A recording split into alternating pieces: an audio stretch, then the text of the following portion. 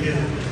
Help is on the way. Joe Biden has abolished America's borders. We are going to restore and secure America's borders just like we had them before, best ever. We built the wall, and now we will add to it. Now we built the wall. We completely.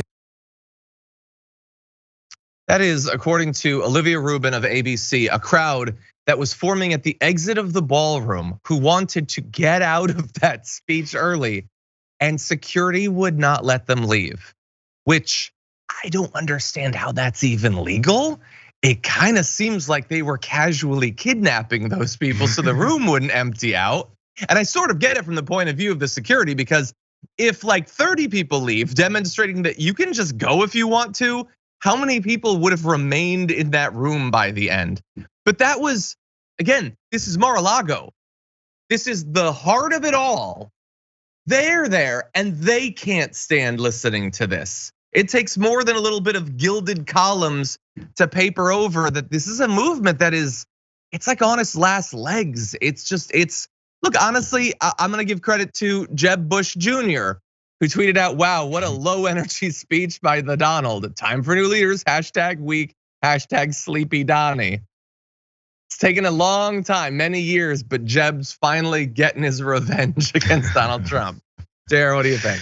Yeah, well, first of all, the Sean Hannity cutting from the Angela Merkel part, he droned on a little bit longer. He's like, no one remembers Angela, and he like imitated the way she talks to him, similar to the way that Rudy Giuliani imitated the way that I think he said like the Queen talked to him at one point.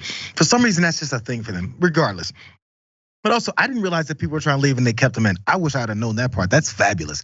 Because think about it this way: if security is keeping people from leaving, coordinating, making sure that people don't leave, it means they anticipated that people might want to leave.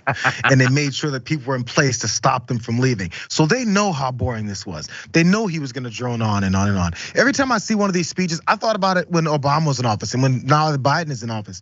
When these guys get up here and make hour and 15-minute long speeches, I go back to the beginning and go, I'm gonna look at his face, because that's the point when you have to step up and go, okay, I'm about to read this for an hour and 15 minutes. I know. This is so exhausting just to do. But they had to hoard people in. I assume that's a fire hazard. What about fire escapes? The fire department might want to know that you're hoarding people into a building, and in case of an emergency, they're not allowed to leave. It's dangerous. Yeah, I feel bad for anyone who was watching this live without Cenk to provide jokes and bust nuts and color commentary along with it. Like, if they're occasionally cutting to like a reaction shot of Anderson Cooper or something, that is not enough. Like, you gotta at least, and look, Cenk's, I watched Cenk's reaction to the speech. His takeaway from it is a little bit different from me, but you at least have to have that commentary to get through. So his takeaway is different than his commentary, because you said the commentary. No, the commentary was fun and interesting. His takeaway, like his evaluation of how successful the speech will be for the MAGA movement, was a little bit different than mine. But anyway, look, it is possible that Trump was just having an off night or something. That's possible, but this is your big night. Like, if you were ever gonna be energized, wasn't it gonna be for this? And Trump now has to go and campaign, and not even just for the normal length of time that you campaign. He decided to start it 6 months early. So now he needs to do it for even longer. And look, you can make the case that maybe the last couple of years haven't weighed on Trump as much as like on Biden maybe, but they have weighed on him, and he wasn't young in 2015. Trump he's collapsing in on himself at this point. And I know that he's decided that he's gonna spend his last years on earth, rather than just enjoying all of his money and all of that, he's gonna be flying around the country, speaking to people he doesn't respect.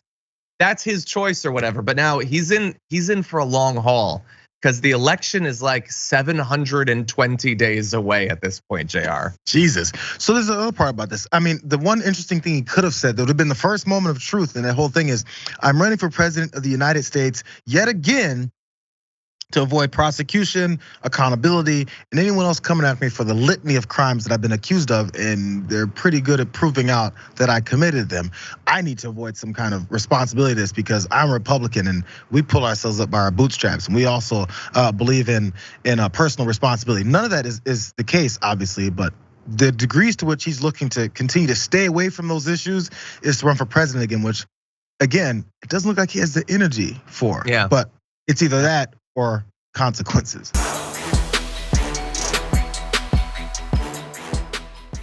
Check out the Damage Report podcast each day, wherever you get your podcasts, whether Pocket Casts or Stitcher or iTunes. You can join me as I give you the news and stories you want, with a range of co-hosts and interview guests jumping in on the fun each day. Again, that's the Damage Report, wherever you get your podcasts. And if you get them at iTunes, don't forget to rate and review. Sometimes I'll read them live on the show.